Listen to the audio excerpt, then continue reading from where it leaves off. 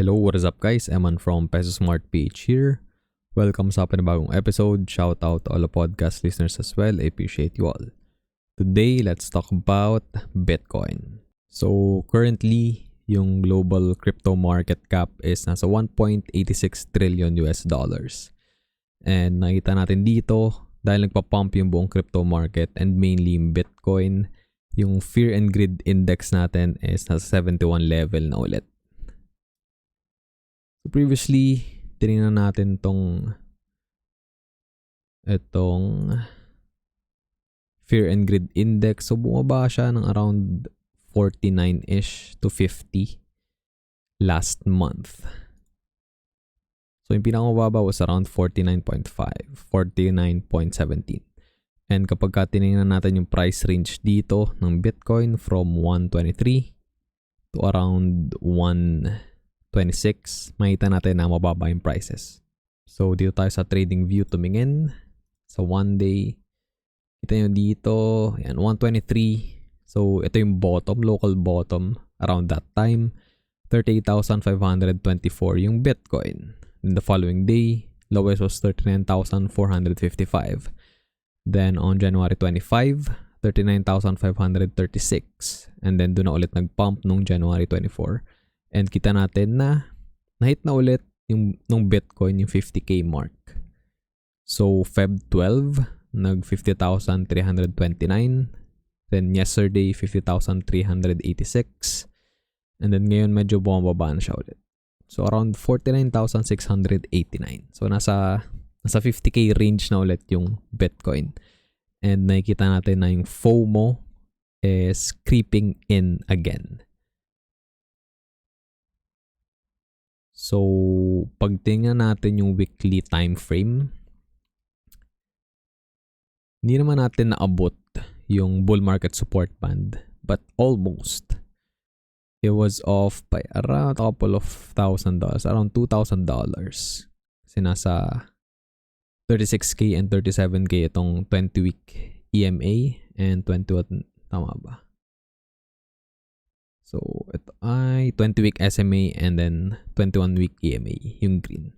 So, almost nakuha yun or na-touch ng Bitcoin nung nag-dump last month. So, around 2 to 3 weeks ago. And then ngayon nga, umaarangkada na ulit siya. So, yung RSI natin weekly is around 77.96. So, indicator yan na overbought yung Bitcoin currently. And of course, magre-rely pa rin tayo dun sa macroeconomic factors. So yung US Fed, hindi pa rin sila magbababa ng interest rates anytime soon. Probably mga prediction March yung unang rate cut, but hindi pa rin yun sure. Kasi unless may mag-break sa economy ng US, hindi sila magmamadali na ibaba yung interest rate. Yung kanilang inflation rate is at 3.1%. And yung target dito is around 2 to 4%. So andun na tayo sa range na yun sa US. But probably gusto pa nilang mas mapababa pa itong inflation, like katulad dito. So ito yung nag-start yung pandemic. That's why yung inflation is sobrang bumaba. But probably around this level, so below 2 or nag-range ng around 2.5 to 3. And yung labor market din kasi ng US is pretty strong right now. Yung unemployment rate is mababa. So again, hindi nagmamadali yung US Fed na magbaba or mag-cut ng interest rates. Sa Philippines naman, most likely follow lang natin yung moves ng US Fed. But kung bumaba pa ulit yung inflation natin this February, probably mas mauna tayong mag-cut ng rates. But I highly doubt na ganun yung gagawin ng BSP. Kasi usually talaga, fina-follow lang nila or tinatrack lang nila yung moves ng US Fed. And then year-to-date naman ng Bitcoin, so since nag-pump na nga ulit siya, up na siya ng 17.62% from the yearly open na 42,279. Since ngayon, nasa 49.7K na ulit siya. And kita natin last year, 2023, up yung Bitcoin ng 155.78%. And the previous year, down niya ng 64.22%. And noong 2021, ang laki din ng tinaas niya, 59.40%. And noong 2020, around 304.36%, or so around 4x. So, sa tingin ko, hindi pa ito yung actual bull run. So, nasa early stages pa lang din tayo. Itong susunod natin na run, dito sa susunod na cycle ng crypto bull run. And same thing naman sa equities, sa mga stocks.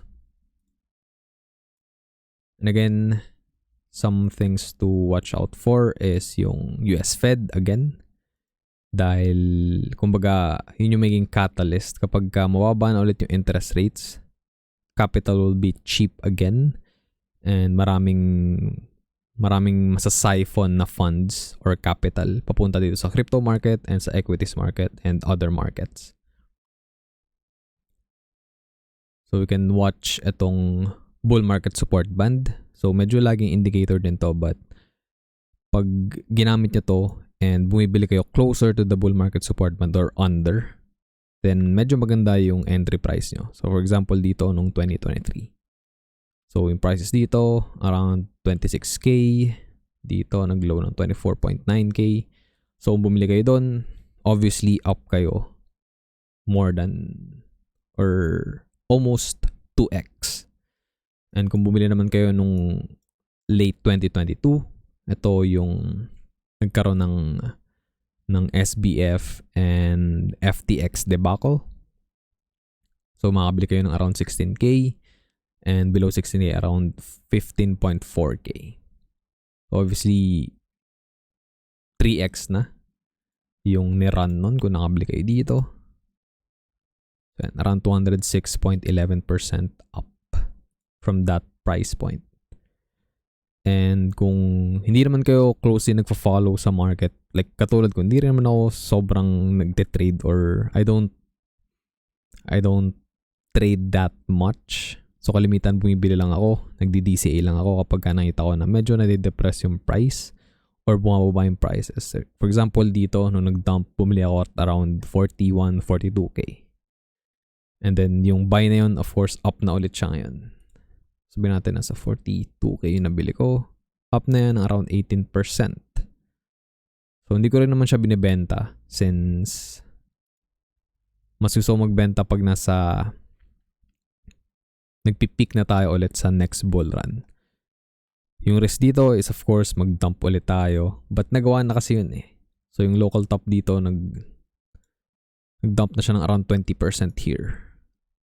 So for example, kung ito yung local top ulit, kung magdadump ulit tayo ng around 20%. So babalik tayo to around 39.874K. So that's not really bad. Kasi again, nasa early stages pa lang tayo nung next market cycle, which is gonna be the next bull run. So yun lang naman guys, update lang natin na nag 50K na ulit yung Bitcoin. Last actually na nangyari yun, 2021 pa. So around here, yan, nag-high ng 52K dito. And galing siyang 69K. And for example, bumili ka dun sa Tok before, and hindi ka pa rin nagbebenta ngayon. So, down ka lang ng mga around 27%. So, kung bumili ka naman sa Tok, of course, dapat bumibili ka na dito sa baba. But, if hindi ka bumili dito, and you're kicking yourself right now, most likely, you should always average down. Kasi bumili ka na sa 69K, it doesn't make any sense kung hindi ka bibili sa 15K, 20K, 25K, 30K. So again, DCA lang. That's the best strategy for most people. And kung long term naman yung time horizon mo, you're gonna benefit from it. And reminder, dapat yung ini-invest nyo ito sa cryptoverse since this is highly volatile na market and na asset. Dapat yung capital is hindi nyo inutang, hindi naka-leverage. So basically, money that you don't need in the foreseeable future. So yung life savings yung hindi nyo dapat all in dito sa crypto. Even though yung Bitcoin is much, I would say, safer in comparison sa mga altcoins. Kasi ito yung parang flagship na asset ng crypto market. And some more conservative people are avoiding the crypto market entirely, since for example yung stock market nga, yung stocks is too risky and too volatile for their risk appetite. So you have to ask yourself that, para sa akin ba tong asset na to, and will I lose sleep kapag bumagsak ito ng 20%, 50%, 90%? Kasi based sa history, laging nangyayari yun. So pagka tinignan nyo yung mga pag-dump, kita natin, di ba? Local top dito, nag-dump ng around 76%, 75%. So kaya nyo bang i-stomach yun, yung mga downtrend na yun? And of course, pagka nakasurvive man kayo dun and bumibili din kayo, yan, almost 85%, 83% down. Pagka na-survive nyo yung bear market, and again, nag-average lang kayo, nag-DCA lang kayo into the market, you're just buying in and you don't really care kung ano yung sinasabi ng paper losses or paper gains nyo. Then again, you will benefit moving forward in the long run. So yeah, that's gonna be it for this episode, guys. Sana may natutunan kayo. Thank you for watching and listening. I will see you all in the next episode. Always remember, be Peso smart.